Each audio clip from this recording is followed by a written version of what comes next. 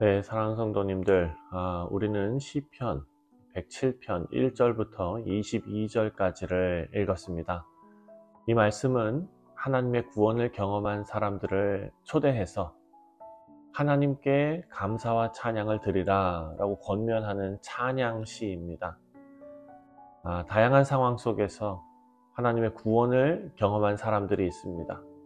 광야에서 방황하던 사람들, 감옥에 갇힌 사람들, 병든 자들, 이 모든 사람들이 하나님의 인도하심과 구원을 찬양하는 장면이 펼쳐지는 것이 바로 시편 107편입니다. 여러분, 이 말씀을 우리가 묵상하고 우리의 입술로 이 말씀을 낭독할 때 우리의 신앙과 그리고 또 우리의 예배에 깊은 교훈을 얻을 수 있을 줄 믿습니다. 먼저 시편 7편은 명확하게 우리 예배의 출발점이 어디인지 그것을 알려주고 있습니다. 바로 우리 예배의 출발점은 하나님의 구원이다 라는 것입니다. 시편 기자가 이렇게 말합니다. 여호와께 감사하라. 그는 선하시며 그 인자하심이 영원하미로다. 너무나 유명하고 또 시편 중에 많이 반복되는 구절입니다. 그 감사의 이유가 바로 하나님의 구원하심에 있음을 분명히 하고 있습니다. 성경에서 예배는 언제나 하나님께서 우리를 구원하셨다. 그 사실에 기초하고 있습니다. 구원이 없었다면 참된 예배도 존재할 수 없는 것입니다. 우리는 우리가 한 일이 아니라 하나님께서 하신 일에 감사드리며 예배해야 한다라는 것입니다. 우리의 능력이나 공로가 아닙니다. 오직 하나님의 은혜로 이루어진 구원의 기적을 우리가 믿음의 눈으로 바라볼 때 우리 마음에서 자연스럽게 감사와 찬송이 흘러나올 수밖에 없죠. 여러분, 에베소서 말씀도 마찬가지입니다. 사도 바울은 이렇게 말합니다. 에베소서 2장 8절과 9절 말씀을 이렇게 말합니다. 너희는 그 은혜에 의하여 믿음으로 말미암아 구원을 받았나니 이것은 너희에게서 난 것이 아니요 하나님의 선물이라. 행위에서 난 것이 아니니 이는 누구든지 자랑하지 못하게 함이라. 아멘. 여러분, 구원은 우리의 자랑거리가 아니라 전적으로 하나님의 선물입니다.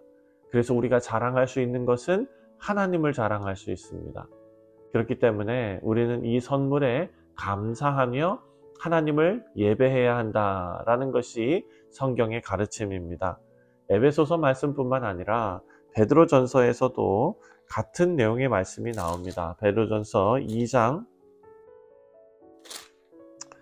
2장입니다. 9절 말씀을 보겠습니다. 베드로전서 2장 9절. 그러나 너희는 택하신 족속이요 왕같은 제사장들이요 거룩한 나라요 그의 소유한 백성이니 이는 너희를 어두운 데서 불러내어 그의 기이한 빛에 들어가게 하신 이의 아름다운 덕을 선포하게 하려 함이니라. 아멘. 우리는 어두운 곳에서 하나님의 기이한 빛으로 인도받은 자들이라.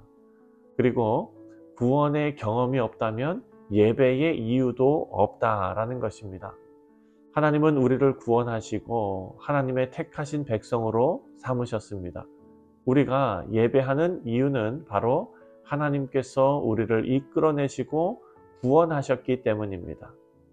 자, 사랑하는 성도님들, 우리의 예배는 하나님의 선하심과 구원의 은혜에 대한 감사와 찬양으로 가득해야 한다라는 것이 성경이 우리에게 명령하는 것입니다. 오늘 시편 107편을 보면 각기 다른 상황 속에서 사람들의 구원이 이루어지는 것을 우리가 봅니다. 사람들의 이야기를 쭉 나열할 때에 이들의 인생의 이야기가 다 다릅니다. 하지만 그 인생이 모여 있을 때 하나님께 감사와 찬송을 함께 올려드리는 모습을 그리고 있습니다. 어떤 사람들은 광야에서 방황하다가 하나님 앞에 구원을 받았습니다. 4절부터 9절에 나오는 그 모든 내용이 바로 그런 내용입니다. 그리고 또 어떤 사람들은 흑암과 사망의 그늘에 앉아 있다가 구원을 받았습니다. 10절부터 16절의 내용이 그 내용입니다. 또 다른 이들은 죄로 인해서 병에 걸렸다가 하나님의 치유를 경험합니다. 17절부터 22절까지입니다. 여러분, 각자 겪은 상황은 다 다릅니다. 어떤 사람은 광야에서, 어떤 사람은 사망의 그늘에서, 흑암의 그늘에서, 어떤 사람은 질병에 걸렸다가 하나님 앞에 치유의 경험을 다 경험하게 된 것입니다.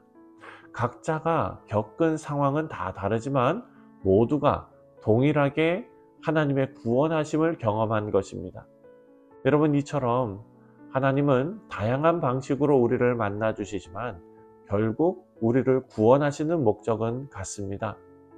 어떤 사람에게는 태어날 때부터 믿음의 가정에서 태어나게 하시고 또 그 가운데서 믿음이 성장하게 하시는 경우가 있습니다. 또 어떤 사람은 하나님을 모르는 가운데서 하나님께서 강권적으로 그를 이끌어내사 하나님의 자녀로 삼으시는 놀라운 기적을 펼치시기도 합니다.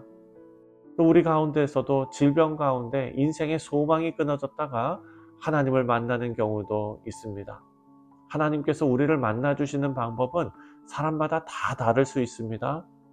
사랑하는 성도님들, 하지만 그 끝은 모두가 하나님의 은혜로 구원받아 하나님께 감사와 찬송을 드리게 된다라는 점에서는 모두 같습니다. 이 점은 고린도전서 12장 4절에서부터 6절까지 말씀에 나오는 사도 바울의 그 말씀을 우리가 생각해야 합니다. 고린도전서 12장 4절부터 6절에 이렇게 설명하고 있습니다. 은사는 여러 가지나 성령은 같고 또 직분은 여러 가지나 주는 같으며 또 사역은 여러 가지나 모든 것을 모든 사람 가운데서 이루시는 하나님은 같으니. 아멘. 여러분, 우리가 각기 다른 은사와 직분을 가지고 있지만 하나님께서 우리에게 주시는 은혜는 동일하다라는 것입니다. 이는 우리가 각자 서로 다른 구원의 경험을 통해서 또 공동체 안에서 하나로 묶이게 된다는 것을 의미합니다. 성령 안에서 이루어지는 신비입니다. 우리가 경험한 구원의 방식은 다 다를지라도 그 주체는 한 분이다라는 것입니다. 그리고 또 구원의 결과 또한 동일하게 우리를 하나님께로 인도하고 있습니다. 결국 우리의 삶 속에서 하나님을 만나는 방법은 다양할 수 있으나 이처럼 하나님께서 우리에게 베푸신 구원은 각양각색의 경험 속에서 이루어지지만 그 목적과 결과는 하나라는 사실을 우리가 말씀을 통해 알 수가 있습니다. 그리고 오늘 본문으로 다시 돌아오면 이 본문은 반복적으로 여호와의 인자하심과 인생에 행하신 그 기이한 일들로 말미암아 하나님을 찬송하라 라고 촉구하고 있습니다. 외칩니다. 8절과 그리고 15절에도 나옵니다. 그리고 21절에도 나옵니다. 이 구절이 반복됩니다. 하나님의 구원을 경험한 자들에게 감사와 찬양이 자연스러운 반응이다 라는 것을 우리에게 알려주는 것입니다. 여러분, 우리의 신앙이 깊어질수록 우리는 더 자주 그리고 더 진심으로 하나님 앞에 감사할 수 있습니다. 왜냐하면 우리는 하나님의 구원의 은혜를 더 많이 깨달을수록 그분이 우리에게 얼마나 놀라운 은혜를 베풀어 주셨는지 우리가 알 수 있게 되기 때문입니다. 그래서 여러분, 예배는 단순히 찬양 부르는 시간이 아닙니다. 예배는 우리 삶 속에서 하나님의 은혜를 기억하는 시간입니다. 감사하는 마음을 하나님께 올려드리는 시간입니다. 시편 107편 오늘 본문의 마지막 부분에서 시인은 22절에 이렇게 말합니다. 감사제를 드리며 노래하여 그가 행하신 일을 선포할지로다. 아멘. 구원받은 자는 하나님의 행하신 일을 선포해야 합니다. 우리의 예배는 단지 개인적인 경험의 표현이 아닙니다.